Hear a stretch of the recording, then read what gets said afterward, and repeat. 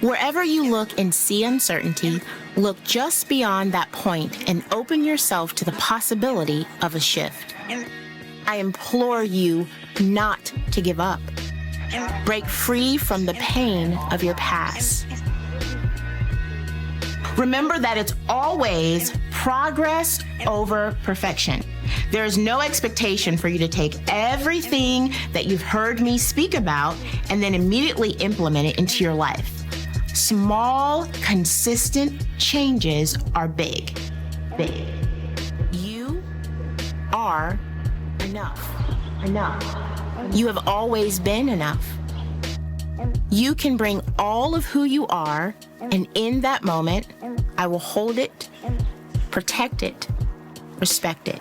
So pull up a chair, grab your favorite beverage, and let's go all in.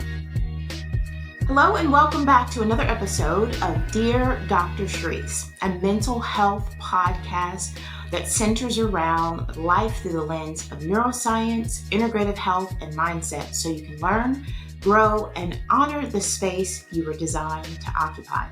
A few weeks ago, I did a Mindset Minute. A Mindset Minute is just a simple, short little tape that I do on Instagram that's around different topics and tools that you can hear very quickly and then move on with your life and implement them.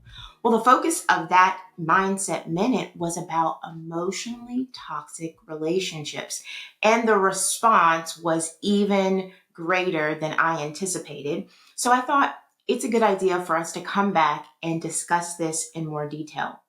Relationships in of themselves are great, but also challenging.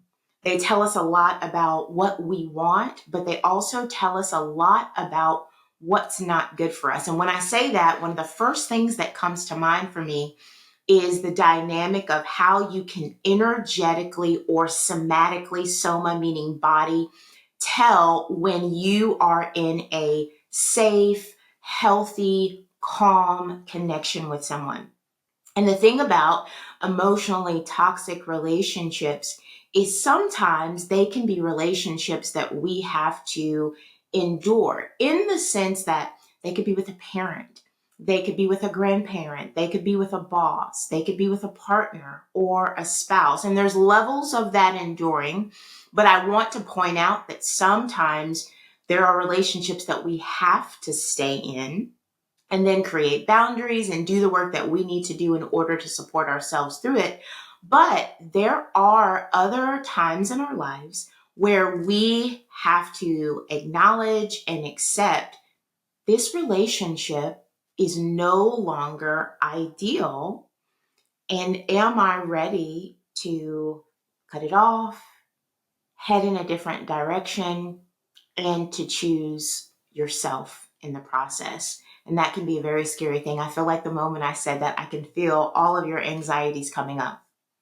Here's what I want to do and focus on today. I want to focus on giving you a little bit more understanding around how emotionally toxic relationships can and will impact your life on a mental, physical, and spiritual level. And then let's talk about some general things that you can do to heal and walk away. Keep in mind that I am not giving you advice. What I'm giving you is general clinical information. Any decisions that you make always need to be your own, and I want those to be decisions that you make with support.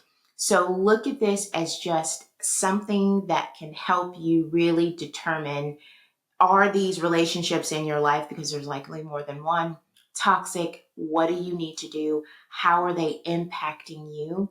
And how you can set yourself free from staying in too much connection with individuals that may be harmful for your overall and long-term health. So, how do you know that a relationship is toxic and it's having an impact on you? Here's my honest answer right off the top of my head. We know. We know when that relationship is not an even exchange. We know because we keep a base level of anxiety. We overthink when we're in connection with them. We're bracing for how that person or that system is going to respond. What's usually challenging is that we talk ourselves out of the magnitude of that relationship. But here are some things that we can experience as long as we stay and endure. Number one, chronic stress. You may already have life stressors that are happening in your life. And then when you're in constant engagement with that person, then the level of chronic stress continues to be there because you're going to find that you're at this state where you are stuck in fight or flight, where you are overwhelmed and always kind of bracing. Number two, we often see that individuals that are in connection with someone or something, a situation that's emotionally toxic, you're going to experience a significant amount of anxiety and depression. And I want to give the caveat and say anxiety can be subtle. Anxiety isn't always your heart is beating out your chest a million miles an hour. Anxiety can also be you're eating more, trying to calm what feels dysregulated inside.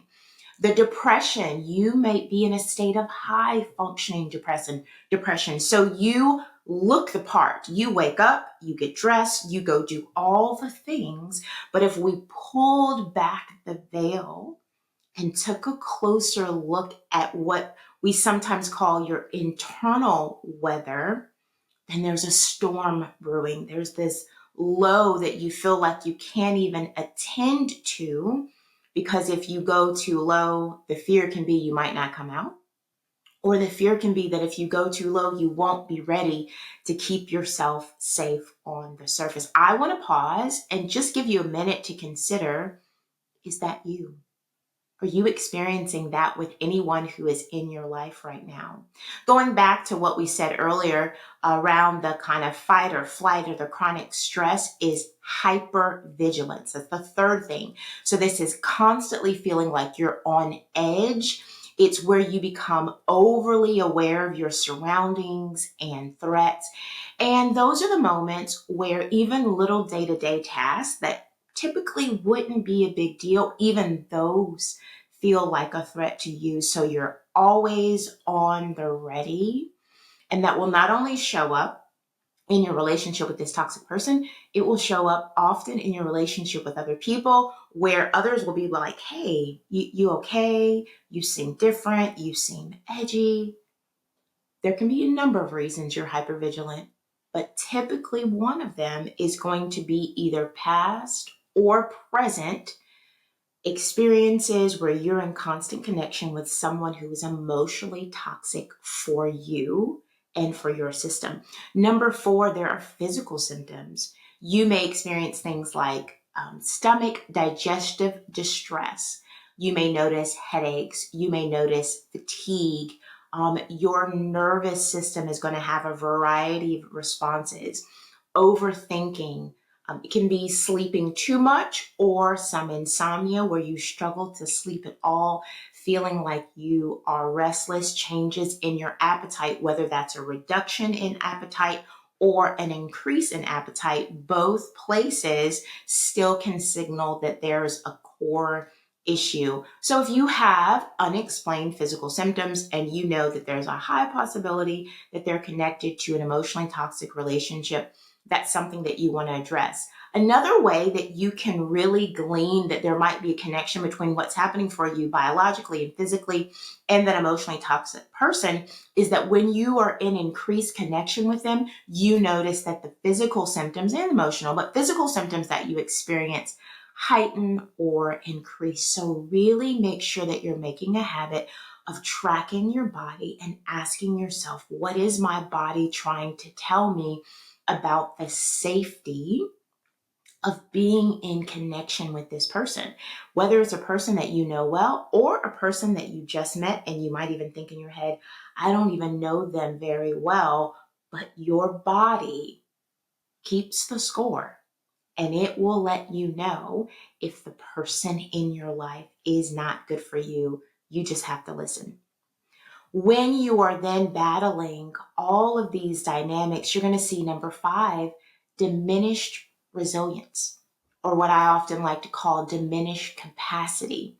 You're going to feel like you don't have the same amount of capacity to manage your life and to handle the things that are already on your plate. You might be saying things to yourself like, for some reason, I can't concentrate, or not feeling like you have the same level of motivation to get things done as you normally would, and you don't really understand why. You may also notice that you have a reduced capacity to want to care for yourself. So you're not up, you're not moving, you're not exercising, you're not eating well, which then can sometimes lead us into number 6, isolation. When you're at a place of isolation, you don't want to do the things that you used to enjoy. You find that the biggest thing that you crave is being by yourself, but being isolated in this kind of state is extremely harmful on so many levels, because you get in your head, you're replaying moments, often likely blaming yourself for moments that are not yours to blame. It always takes 2 people, 2 situations, and multiple factors to really determine how something got to the place that it is. And number 7, your self-esteem will take a hit. It does not matter if you think, but I generally esteem myself well, and usually I don't have a problem. I get it. I understand all of that. It doesn't matter. When you're in relationship with someone that is emotionally toxic, what you'll find is that it kind of nicks at you. It has this way of staying at you or on you in a way that gets you in your head. It almost creates this confusion around what's their part, what's your part. Are you the bad person for wanting something different? You might have diminished confidence around your ability to move away from the situation or make an adjustment. You may find that you start to just not feel like yourself, and then that shows up in other areas that leads us headline into often feeling like an imposter. Oh, here's what the world thinks, but I wonder what they would think if they really knew what was happening inside. So let's say that you're at a situation where you're listening to all of this and you're like, check, check, check. Yep. You're reading my mail, Dr. Charryse. First, my heart goes out to you. It is more difficult than people would like to think or acknowledge to make a big choice to walk away from something that you love or loved or want or hope. Can be different, can be a number of different things. But first and foremost, I want you to ask yourself the question, is this healthy for me? And then ask yourself, is this sustainable for me? And then ask yourself, what's the cost of staying in connection with this person? And I'm going to pause because those are big questions. But once you're there, and once you've honestly and openly answered these questions for yourself, here are a few things that might be helpful in the process of healing and walking away. 1, acknowledge the toxicity for what it is. Recognize and accept the relationship is harmful, and identify the specific behaviors and patterns that contribute to it. So that's a really great way for you to get out of your head. And it's not so much that you're making a list of someone's wrongs, but you are making a list of things that have wronged you, that have impacted you. Number 2, reflect on your needs, not theirs. A lot of times when we're in emotionally toxic relationships, we're so focused on, if I meet their needs, then maybe I'll get what I need back, that we overlook our own needs and desires. So I want you to consider what you need in this healthy relationship and write it down. What are your feelings? What are your desires? And what are the aspects of the relationship that are not meeting those needs and causing you distress? Number 3, set boundaries. Boundaries are the beginning of healing. Boundaries are the beginning of walking away from people and from situations that no longer serve you well. And you first write down for yourself what you want those boundaries to be, and then you communicate what behaviors are unacceptable and what you need to do for yourself in order to feel safe and respected. Keyword, for yourself. Not what you hope they do, but what boundaries you need to put in place so that you can feel safe and respect yourself. Number 4, seek support.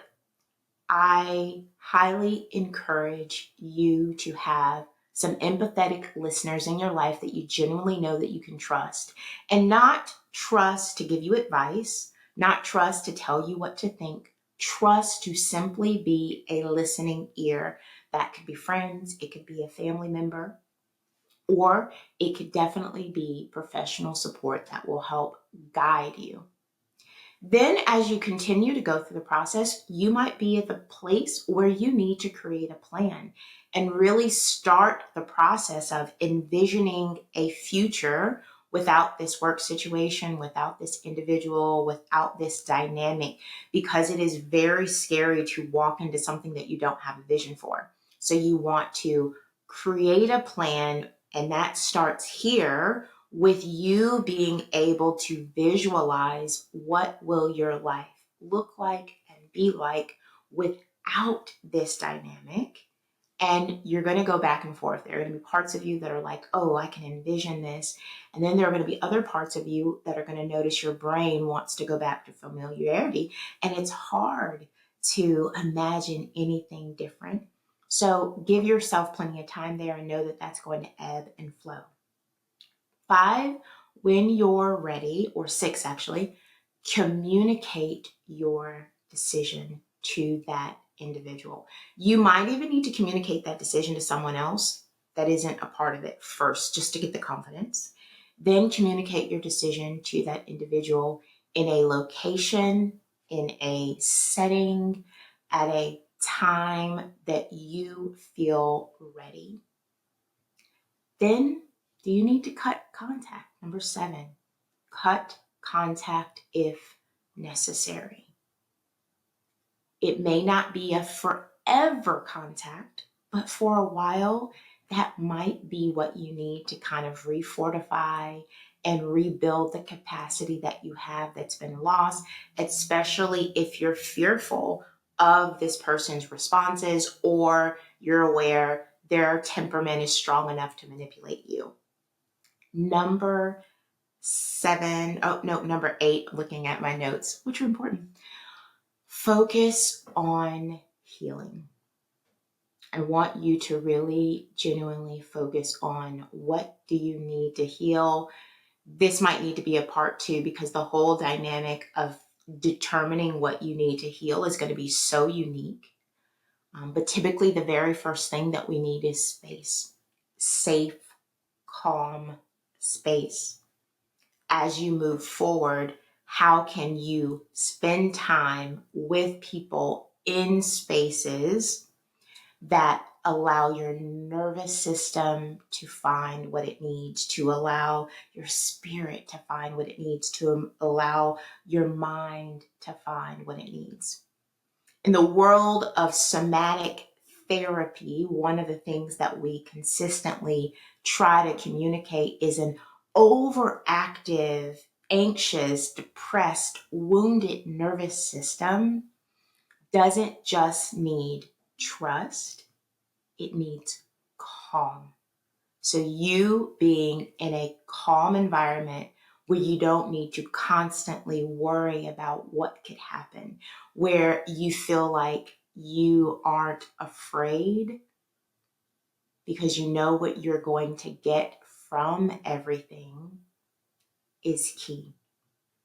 And then when you're ready, reflect on the experience. And my hope is that as you reflect on the experience, you're able to look back at yourself with compassion. You're able to not just blame yourself. Why did I stay?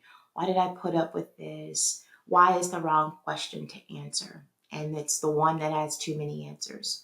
What you really want to center on is what was good when it was good about my interaction with this person or this situation. What did I learn about myself? And how can I be compassionate and non-judgmental with myself as I move forward and make new connections with other people? Walking away from toxic relationships is courageous. It takes a lot of effort and a lot of energy. But also know that whatever decision that you make about the relationship that you're in is yours to make. Maybe you're in the place where right now you feel it's best to stay and to work on how to fortify and navigate it without losing yourself. Or maybe you're at the place where you're starting to consider a shift or a change. And some of you might be at the place where you know time is coming to an end and a big choice and a decision is imminent. Wherever you find yourself, honor that. Give yourself what you need and know that you're worth the work and you have time to do it the way it's best for you. All that being said, thank you for joining in for another episode of Dear Dr. Charryse. As I always say, knowledge is not power without application. So take at least one thing that you heard and apply it to your life and watch change happen. Continue to stay in connection with me on Instagram, LinkedIn, Facebook, YouTube, all the places. And for those of you that enjoy similar conversations and interactions as what we have now, I'm on the Mental Health at Cadre twice a week. You're welcome to join me there. Have a phenomenal rest of the week, and I'll see you soon.